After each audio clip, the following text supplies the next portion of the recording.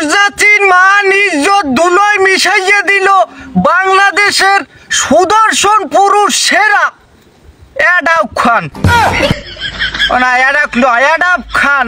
ও cholera, ও খোদা, ও গুড়ি, ওরে কপাল সিনচে করেন, একটা বার সিনচে করেন। আমরা সুদর্শন পুরুষ হিসেবে সেরা পুরস্কার পাইয়ে গেছে। আর আমি কয়দিন ধরে ক্যান রুম্বাটা সেরলাম। এখানে যদি পুরস্কার পাইতে পারে কেডা? এক নম্বর স্থানে থাকতে পারে এখানে আমাদের জাতির গর্ব, জাতির নির্মাতা কিরা, জাতির যাই হোক আমাদের লাইলা খাতুন। লাইলা খাতুনের স্বামী মোসাম্মদ, কি কয় মোসাম্মদ না, যাই হোক মোসাম্মদ প্রিন্স মামুন আক্তার। আর নাইলে পাইতে পারে আপনাদের যে সামনে আছে আমি আমি আমি আমি পাইতে পারি সুদর্শন পুরুষ হিসেবে। আমারই কি বুঝায় না? হে সুদর্শন পুরুষ হইতেই বেখা কেউ বাংলাদেশে আর কেউ নাই যে সুদর্শন পুরুষ হইবে। হ্যাঁ,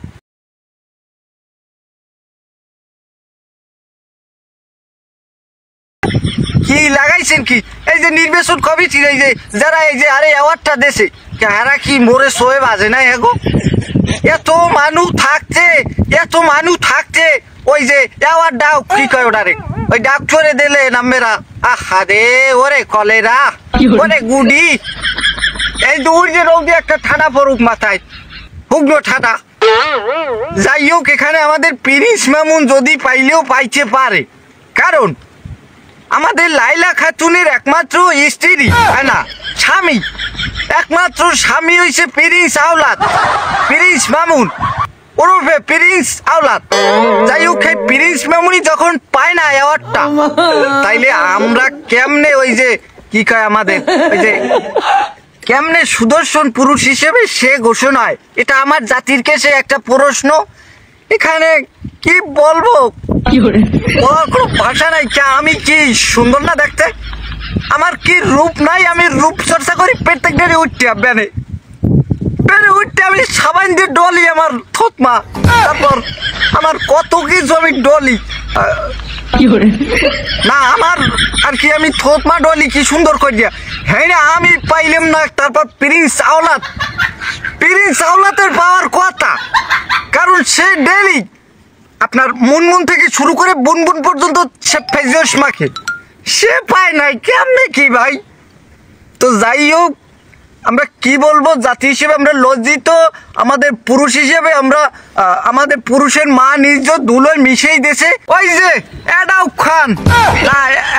খান আমার কইতেও ময় বাজতে পড়ে। যাই হোক সেই ডাউক, হ্যাঁ সেই ডাউক ভাই বলে পাইছে অ্যাওয়ার্ড। যাই হোক আমরা আর কি কম, আমরা জাতি হিসেবে লজ্জিত। কারণ আমার না এটা ছেলে, আমার কি মাইয়েরা পছন্দ করে না?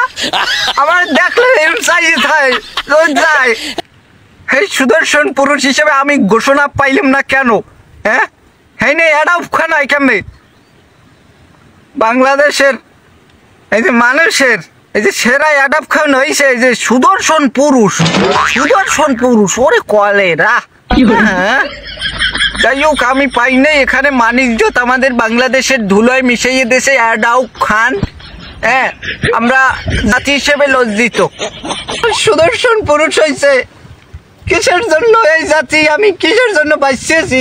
থাকবো না এই দেশে, চলে যাবো বাধ্য করে, দেখবো এবার জগৎটাকে।